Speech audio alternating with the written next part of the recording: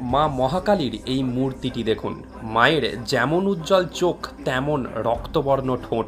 জটাধারী মা এখানে সর্পকে বস্ত্ররূপে ধারণ করে আছেন। হিন্দু শাস্ত্র অনুযায়ী দশম মহাবিদ্যা হল হিন্দু তান্ত্রিক ধর্মে আদ্যাশক্তির 10টি শক্তিশালী রূপ।